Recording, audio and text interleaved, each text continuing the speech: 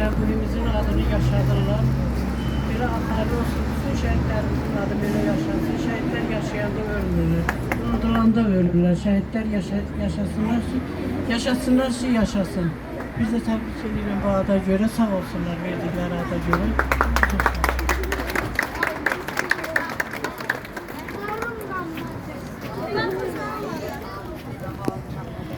Herkese salamlayıram.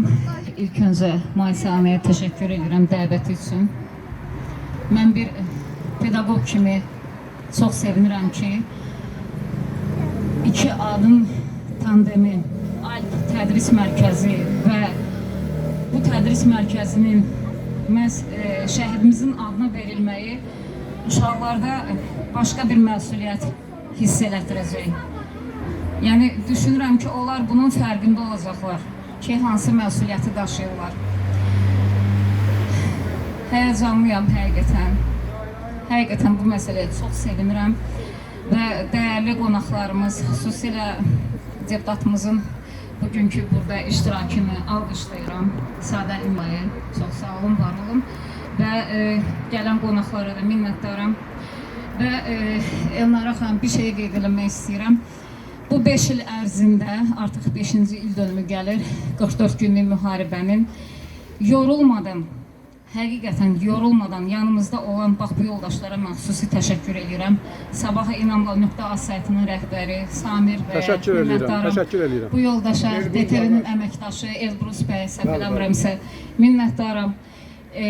Bu ümumiyyətlə yeni Azərbaycan tarixinin yeniliyi bir çox əsərlərin motivi oldu, bir çox mahnıların motivi oldu və nə xoş ki, bugün məhz tədris mərkəzinin açılışında düşünürəm ki, belə bir şey yoxdur, olmayıbdır.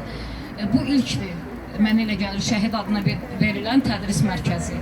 Yarışlar olubdur, idman yarışları, buna da çox sevinmişəm və düşünürəm ki, gələcəkdə bu tədris mərkəzinin rəhbəri xanım Nisa xanım, səhv eləmirəmsə, düz yadda saxlamamsa, məhz sizin gələcək planlarınızda düşünürəm ki, Səbuhinin adına bilik yarışması olacaq və ən layiqli uşaqlar burada yetişəcək. İnşallah alp qədər ucalardan gəlsin balalarımızın səsi. Təbrik edirəm sizi.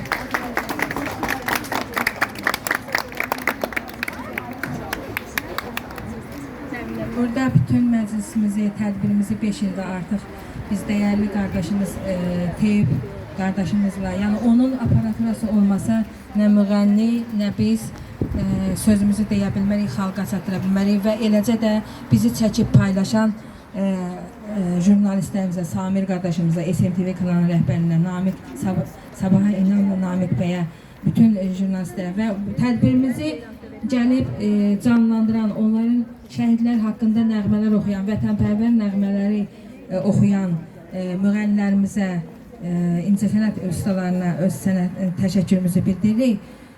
Burada bizim qazi balalarımız var, qazi qardaşlarımız var. Var olsun şəhidlərimizin qeyrətli qardaşları, var olsun. Allah sizi var eləsin. Siz özünüz yəni o dəhşətin içindən çıxıb gəlib şəhid qardaşlarımızın tədbirində canla başla iştirak edirsiniz. Burada da onları yalnız qoymursunuz. Burada da yəni özünüzü göstərirsiniz. Sağ olun.